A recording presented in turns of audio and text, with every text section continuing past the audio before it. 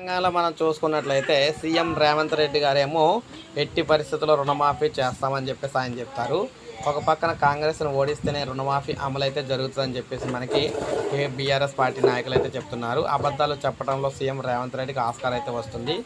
మాజీ మంత్రి హరీష్ రావు 100 రోజుల లోపు రుణమాఫీ చేస్తానని చేయకుండా రైతులను మోసం చేసినందుకు రాష్ట్రంలో ఉన్న 60 లక్షల మంది అన్నదాతలకు సీఎం రేవంత్ రెడ్డి క్షమాపణ చెప్పాలని మాజీ మంత్రి హరీష్ రావు డిమాండ్ చేశారు.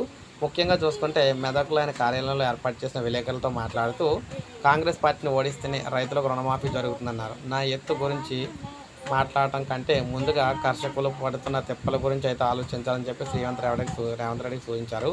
కొనుగోలు కేంద్రాలకు ధాన్యం వచ్చి 21 రోజులు అవుతుందని, ఇంతవరకు ఒక లారీ వడ్లు కూడా కొనలేదని చెప్పేసి అన్నారన్నమాట.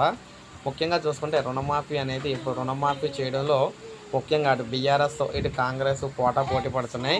కాంగ్రెస్ ప్రభుత్వం రుణమాఫీ చేస్తే రాజీనామా అని చెప్పేసి ఈయనైతే సిద్ధమయ్యారు. అయితే సిద్ధంగా ఉండమని రాజీనామాకి రేవంత్ రెడ్డి గారు కూడా చెప్పడం జరిగింది. మొత్తంగా చూసుకుంటే రుణమాఫీ రైతులకు అయితే వస్తుంది. ఇద్దరు పుణ్యమా అని చెప్పేసి పోటీ కోసం రుణమాఫీ అయితే చేయబోతున్నారన్నమాట తొందరలోనే. ఒక లైక్ చేయండి, సబ్స్క్రైబ్ చేసుకోండి, మన ఛానల్ సబ్స్క్రైబ్ చేసుకోండి.